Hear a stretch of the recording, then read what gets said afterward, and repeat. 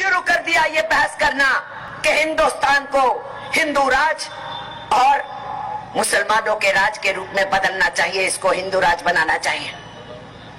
इसलिए साथियों, आज ये अचानक नहीं है, थोड़ी थोड़ी देर के बाद मोहन भागवत भाषण देते घूमते हैं और कहीं भी बोल देते हैं, अरे ये तो हिंदू राज ही तो है। किसने कहा ये हिंदू राज है?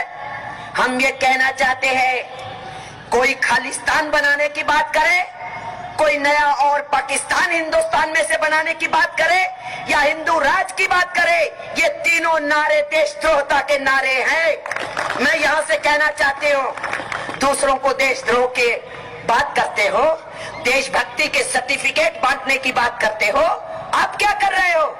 हिंदुस्तान के संविधान की कसम खा के कुर्सियों पे बैठते हैं, पार्लियामेंट में घुसते हैं, असेंबली में घुसते हैं, कैबिनेट बनाते हैं, मंत्री बनते हैं।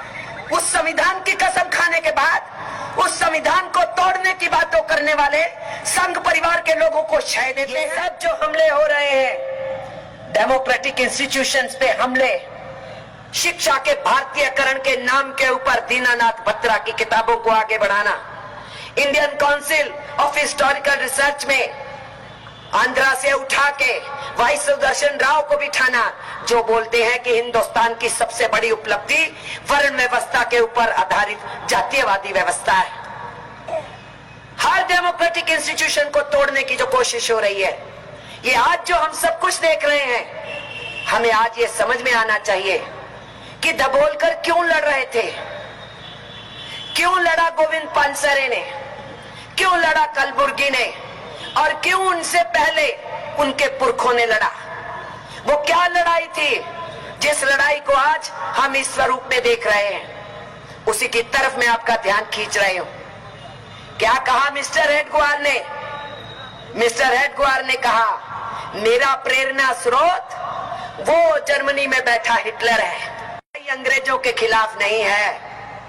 इस देश में असली लड़ाई इन नौजवानों को भटकाव छोड़ करके हिंदू राज बनाने की करनी चाहिए। इसलिए मैं आपसे कहना चाहती हूं, हम इसको छोटे परिप्रेक्ष्य में इस प्रश्न को नहीं देख सकते, और आज तो बिल्कुल ही नहीं। आरएसएस के मंत्रिमंडल के अंदर जो बीजेपी का मंत्रिमंडल है, की पोजीशन पे आरएसएस बैठी है। आज से 8 महीने पहले, चुनाव के 8 महीने पहले, 2014 से पहले, जब इनसे कहा जाता था तुम आरएसएस के चेले हो बीजेपी के लोग, तो वो कहते थे नहीं नहीं नहीं नहीं, आरएसएस अलग संगठन है, बीजेपी अलग है, ये मत बोलो।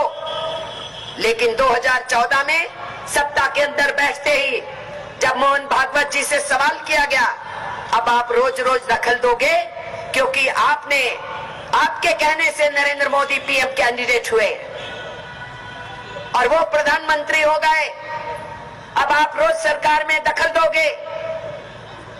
मेरे पत्रकार बंधुओं, आपने ही अखबारों में छापा, क्या बयान था मोहन भागवत का? उसका बयान था, हमें रोज दखल देने की जरूरत नहीं, क्योंकि जो कुर्सियों पे बैठे हैं वो आरएसएस के हैं, राष्ट्रीय स्वयंसेवक संघ के कार्यकर्ता हैं, उन स्वयंसेवक संघ के हिसाब से कार्य कर रही है।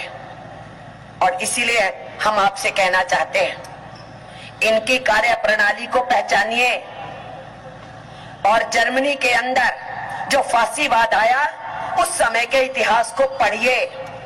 इटली में जो फांसीवाद आया मुसोलिनी का, फ्रांस में जो फ्रैंको ने किया था, उसको पढ़िए तो पता लगता है क्या करते हैं ये, पैनिक फैलाना, एक झूठे माहौल में राष्ट्रवाद की बात करना, हमारी रेस, हमारी कौम सबसे ऊंची, ये शुद्ध रहनी चाहिए, अशुद्ध नहीं होनी चाहिए, कोई खून खून के साथ ना मिल जाए, इसलिए शुद्धता की बात करना, और जो विरोध करे उसको दुश्मन करार देना, फिर उसका कैरेक्टर असैसिनेशन करना, इतना चरित्र हनन करना कि लोगों को तैयार कर दो कि वो उसकी जान लेने के लिए तैयार हो जाए, और किसी भी झूठ को लगातार बोलते चले जाना।